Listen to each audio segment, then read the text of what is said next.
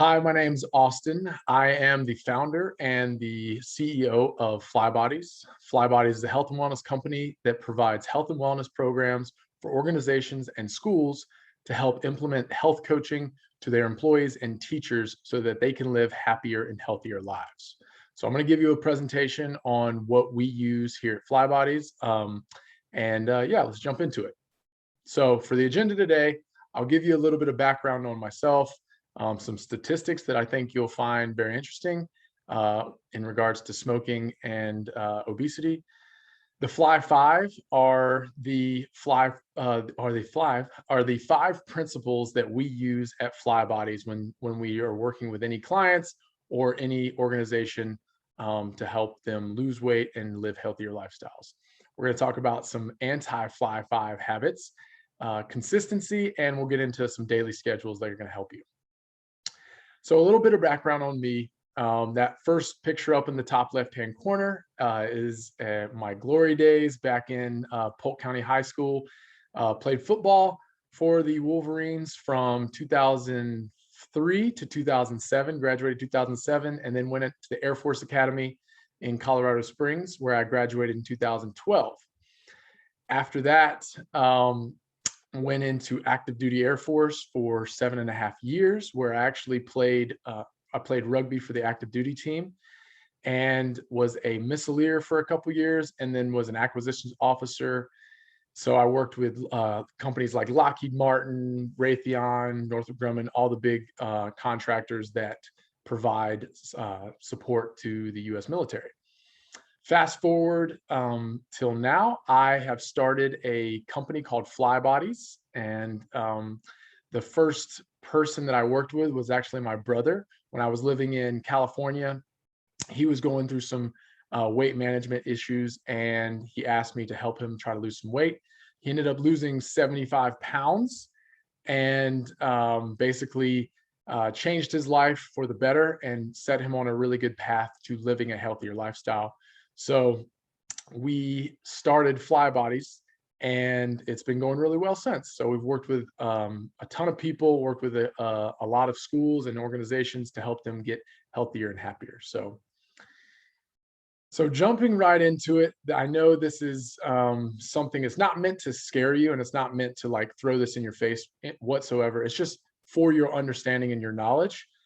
Smoking and obesity statistics. So I had an interesting basically thought the other day as to see where smoking was back into, or when it basically started to decline in the US, the amount of people that smoked in the US. And since 1965 up to 2018, smoking has declined in adults in the US from 42.6% to 13.7%, which is pretty incredible, 68% decrease. And then a very similar decrease in youth as well in the US. And I found that interesting because nowadays it's just very, very uncommon for people to smoke because of all the knowledge we have of how much of a detriment smoking can be to our health. It can be a cause for cancer. You're in higher risk for cancer if you smoke. And then also high blood pressure and all these things that smoking contributes to our overall health. So it's interesting to understand back then, back in the 40s, 50s, and 60s, they didn't really understand how smoking was so bad for us until people started having higher cancer rates, and then also all the other things that came with smoking. So I think we're kind of in that same realm of understanding how the things we do on a daily basis and the food and the processed things that we eat on a daily basis really affect us from a weight management standpoint and also from an overall health standpoint. So you can see right now, our obesity rate in the US is at 42.4%, which is kind of weirdly similar to where we were at in 1965. And then a childhood obesity rate is actually at 19.3%. So those have been on the rise for quite some time. And I think we have enough information and knowledge to impart on any community to help that number go down. And eventually, I think it will go down. So let's go on to the next slide. see if it goes. Oh, one too many. Cool. All right, here we go. So we went too far. Oh man, it's not working with me. Here we go. Sorry. So let's talk about the Fly Five. All right. So the Fly Five, I'll go over them very briefly, are our eating window, our water intake, our movement and exercise, sunlight exposure, and then our sleep. And I've laid out basically what those entail. And our eating window, some people may have not have heard of an eating window, but it's basically the time you take your first bite of food to when you take your last bite of food. And we want that to be 12 hours or less. So having an eating window from 8 a.m. to 8 p.m. is a good eating window. It allows our body time to digest food at night when we're sleeping and not always be constantly working. So water intake, we want to drink at least half our body weight in ounces. And that's because men's bodies on average are 60% water and women's bodies are 55% water. So water is extremely important to the body, to the cells, and overall function.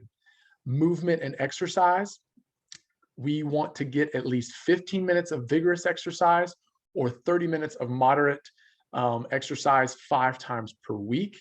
And for some people, that sounds not like a lot at all. And some people, it sounds, man, that's a ton. That's 5 more times than I'm doing right now. So we'll get into that a little bit more, but that's recommended by the US, the American Heart Association, is to get that amount of exercise in per week. For sunlight exposure, we want to get at least 20 minutes outside in the sun, direct sunlight, because that helps with vitamin D absorption as well as setting our circadian rhythms. And then we want to try to get 7 to 9 hours of sleep every night.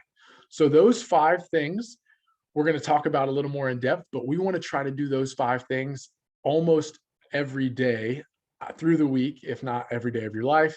And it's for some people, it might be overwhelming. Some people might say, I already do that kind of stuff already, but tracking it is really helpful and it helps to understand if you actually are doing these things. All right. So the reasons why to do the Fly Five. So we kind of went into these a little bit, but having an eating window really helps with our biological clock. As diurnal animals, we're not nocturnal. Nocturnal animals are up throughout the night and then they sleep during the day.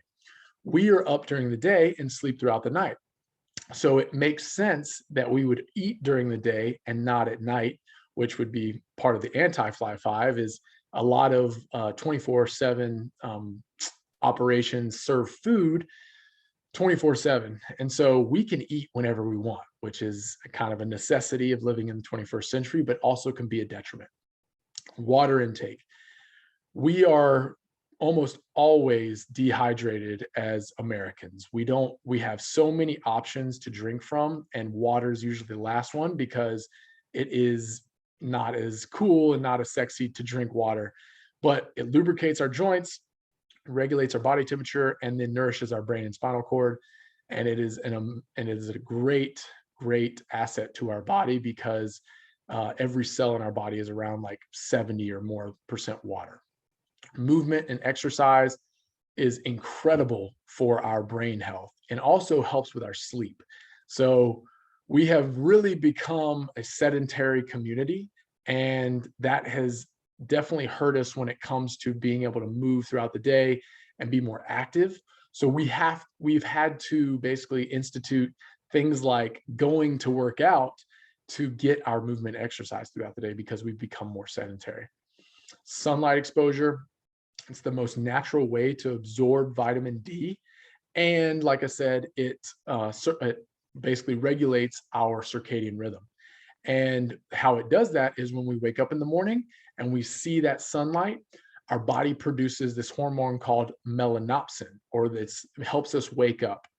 And when melanopsin is being produced, melatonin is not being produced. And I know I'm throwing a few terms at you that you may not know, but melatonin, most people have heard about that. It's the sleepy hormone. It's what we want our body to produce whenever we're getting ready for bed.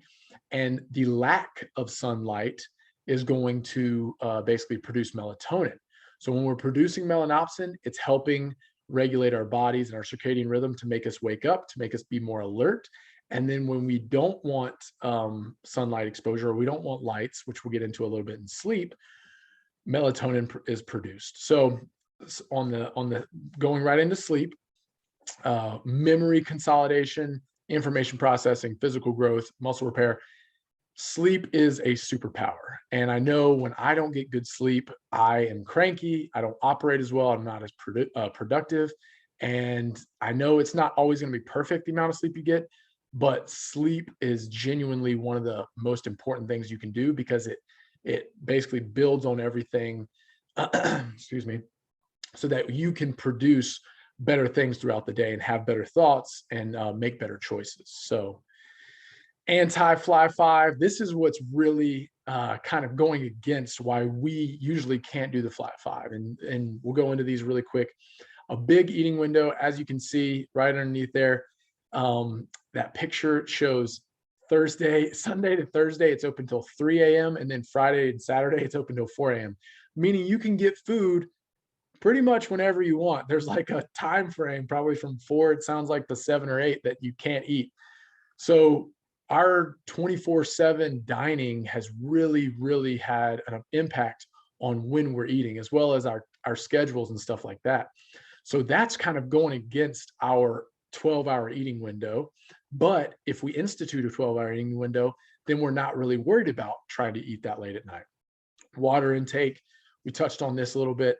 Sodas, sweetened beverages, energy drinks, they're constantly available, and basically these companies are enticing us to come drink them, making them like 50 cents, and just threw out a number there, but making them very affordable so that people can drink them without even thinking twice.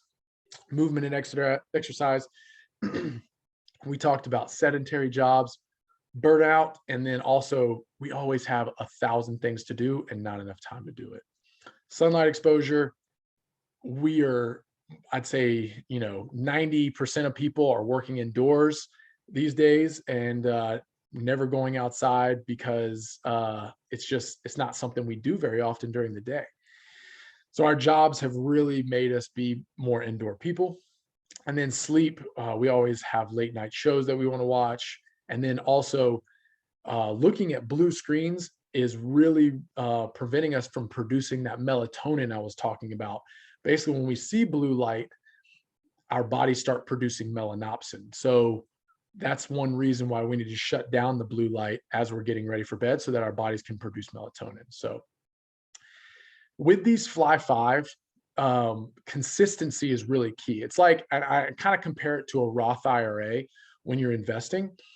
With our Roth IRAs, and if you don't know what a Roth IRA, it's very beneficial. It's something that you basically put money into consistently every month, and you don't really think about it. And it's going to help you when you're 60, 65, because you're going to have money set aside to help you. This is the same thing. These things aren't like out of the realm of possibility. I'm not asking you to go work out for an hour. I'm not asking you to get like 10 to 12 hours of sleep. And I'm not asking you to eat a perfect diet.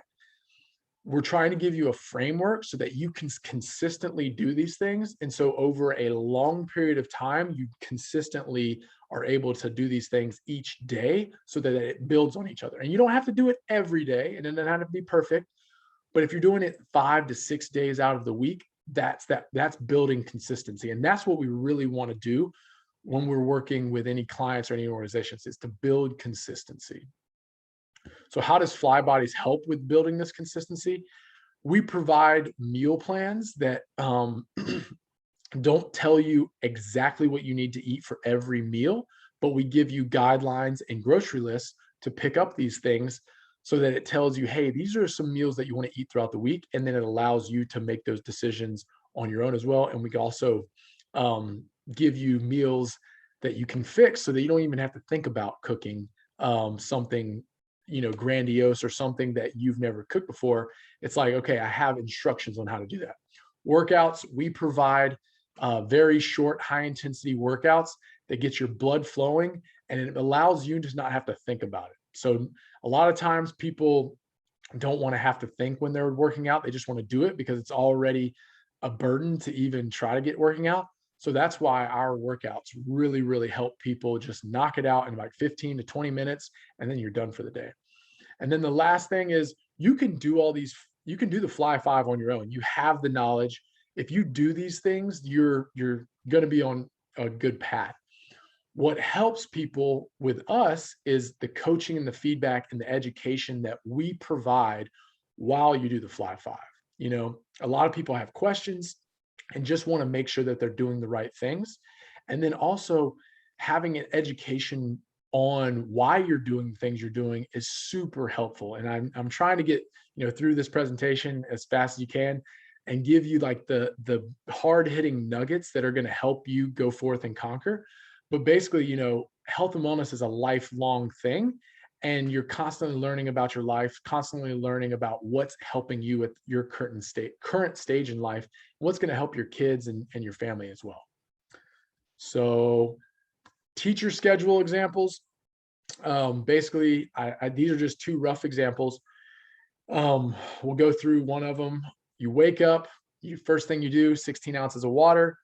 You have your first intake of food at 9 o'clock. And that is, we say food or anything with substance, with calories. So if you drink coffee in the morning, if it's black, it's fine. But if you put like sugar or milk in it or something like that, then you're going to want to wait until your first intake to really have your cup of coffee. But if you really crave your coffee in the morning, then try to have nothing in it. You're going to eat lunch at around 12, and then maybe even walk outside. And then after school, right after school, you do your 15-minute workout, and then you eat dinner around 6:30. I'm using 18:30 because military time. Get ready for bed around 9:30, go to bed at 10.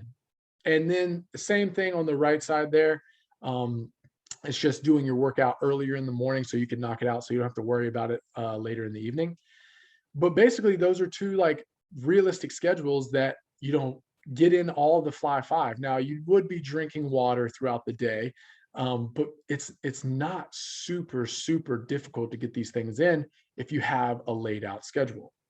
So, and then if you're an office worker and more of a 9 to 5 person, it's basically just moving that workout to 5:30 and then even getting a walk outside in that afternoon time frame.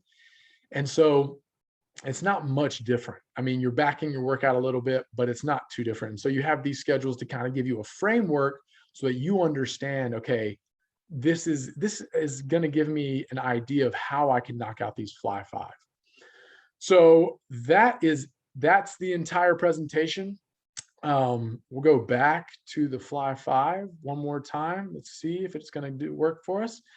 But basically, these Fly Five aren't asking you to like do anything out of the ordinary. We're not asking you to, fast for 2 or 3 days and, just eat vegetables on one day or, have to go to a gym to work out for an hour, 2 hours. These things are super helpful because they're very manageable and they give you a framework that you can work off of. Just like your company says, hey, I want you to be at work from 9 to 5 so that you can get your 8 hours of work in. Or for school, we went to school from 7:30 or 8 o'clock till 3 because it's a time frame that you can work with in order to get as much work done as you can. Just like those things, these frameworks help. Now, like I said, it's tough to get all of this information, jam-packed into a 15 to 20-minute presentation.